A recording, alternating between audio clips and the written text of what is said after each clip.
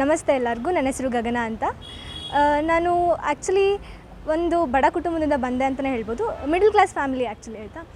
ನಂದು 12th pass ಆಯಿತು. 12th pass ಆದಮೇಲೆ ಏನು ಮಾಡಬೇಕು ನೆಕ್ಸ್ಟ್ ಅನ್ನೋದೇ ನನಗೆ ಗೊತ್ತಿರಲಿಲ್ಲ. ಅಂಥ ಟೈಮಲ್ಲಿ ಮನೇಲೆಲ್ಲ ಸ್ವಲ್ಪ ಫಿನಾನ್ಷಿಯಲಿ ಪ್ರಾಬ್ಲಮ್ ಇತ್ತು. ಅವ್ರು ಹೇಳ್ತಾಯಿದ್ರು, ಅಪ್ಪ ಅಮ್ಮ ಹೇಳ್ತಾಯಿದ್ರು, ಬೇಡ ಇಷ್ಟು ಕಷ್ಟಪಟ್ಟು ಓದಿಸಿದ್ದೀವಿ, ನಿನ್ನ 12th ತನಕ ಓದಿಸಿದ್ದೀವಿ, ಇನ್ನು ಮುಂದೆ ನಮ್ಮ ಕೈಲಾಗೋದಿಲ್ಲ, ಫೈನಾನ್ಷಿಯಲಿ ಸ್ವಲ್ಪ ಕಷ್ಟ ಇದೆ, ನೀನು 12th ಹೆಂಗೋ ಮಾಡಿದ್ಯಲ್ಲ, ಕೆಲ್ಸಕ್ಕೆ ಹೋಗ್ಬಿಡು, ಹೀಗೆಲ್ಲ ಹೇಳೋಕ್ಕಾದ್ರು. ಬಟ್ ನನಗೆ ಇಲ್ಲ, ನಾನು ಏನಾದರೂ ಒಂದು ಅಚೀವ್ ಮಾಡಬೇಕು, ಏನಾದರೂ ಒಂದು ಲೈಫಲ್ಲಿ ಸಾಧನೆ ಮಾಡಬೇಕು ಅನ್ನೋದು ನನ್ನ ಗುರಿ ಆಗಿತ್ತು. ಬಟ್ ಅದಕ್ಕೆ ಫೈನಾನ್ಷಿಯಲಿ ಬೇಕಲ್ವ, ನಾವೇನಾದರೂ ಸ್ಟಡೀಸ್ ಮಾಡಬೇಕಂದ್ರೆ. ಅಂಥ ಟೈಮಲ್ಲಿ ನನಗೆ ಬೇರೆ ಯಾರ್ದೋ ಕಡೆಯಿಂದ ಯೂತ್ ಫಾರ್ ಸೇವಾ ಅಥವಾ ವಿದ್ಯಾಚೇತನ್ ಅನ್ನೋ ಸ್ಕಾಲರ್ಶಿಪ್ದು ನನಗೆ ಇನ್ಫಾರ್ಮೇಷನ್ ಸಿಕ್ತು. ಸೊ ನಾನು ಅಂದ್ಕೊಂಡೆ ಎಲ್ಲ ರೂಮರ್ಸ್ಗಳೆಲ್ಲ ಬರ್ತಿರುತ್ತಲ್ವ, ಸೊ ಇದು ಹೆಂಗೋ ಹಾಗೇ ಇರುತ್ತೆ, ಏನು ಯೂಸ್ ಇರೋಲ್ಲ ಅಂತಲೇ ಅಂದ್ಕೊಂಡೆ. ಬಟ್ ಸ್ವಲ್ಪ ದಿನ ಆದಮೇಲೆ ವಾಲಂಟಿಯರಾಗಿ ಅವರೇ ಯಾರೋ ಕಾಲ್ ಮಾಡಿದ್ಮೇಲೆ ನನಗೆ ಓಕೆ, ಇದು ಟ್ರೂ ಇದೆ, ನಾನು ಇದನ್ನು ನಂಬೋದು, ಇದ್ರ ಕೈ ನಾನು ಹಿಡಿದ್ರೆ ನಾನು ಒಂದು ಸೆಟಲ್ ಆಗ್ಬೋದು ಒಂದು ಕಡೆ ಅನ್ನೋ ನಂಬಿಕೆ ನನಗೆ ಸ್ಟ್ರಾಂಗ್ ಆಗ್ತಾ ಬಂತು.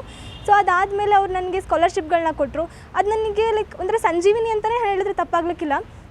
ಅದರಿಂದ ನಾನು ನಿಜವಾಗ್ಲೂ ಇವತ್ತು ನಾನು ಡಿಗ್ರಿ ಪಾಸ್ ಮಾಡ್ಕೊಂಡಿದ್ದೀನಿ. ಡಿಗ್ರಿ ಪಾಸ್ ಮಾಡಿಕೊಂಡು ಡಿಸ್ಟಿಂಕ್ಷನ್ ಬಂತು. ನಂಗೆ ಅದು ತುಂಬಾ ಖುಷಿ ಇದೆ. ಇವತ್ತು ಅಪ್ಪ ಅಮ್ಮ ತುಂಬ ಪ್ರೌಡಾಗಿ ಹೇಳ್ಕೊತಾರೆ ಎಲ್ಲರ ಹತ್ರ, ನನ್ನ ಮಗಳು ಡಿಗ್ರಿ ಮಾಡಿದ್ದಾಳೆ ಅಂತ.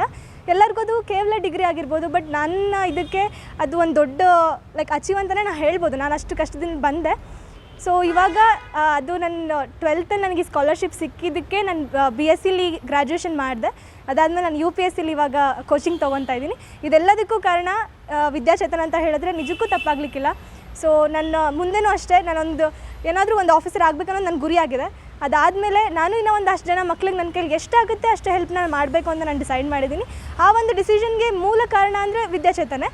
ಸೊ ನನ್ನ ಜನ್ಮದಲ್ಲಿ ನನ್ನ ಕೊನೆ ತನಕನೂ ಇದಕ್ಕೆ ಚಿರಋಣಿ ಆಗಿರ್ತೀನಿ ಅಂತ ಹೇಳ್ತಾ ನನ್ನ ಮಾತನ್ನು ಮುಗಿಸ್ತೀನಿ. ಧನ್ಯವಾದ.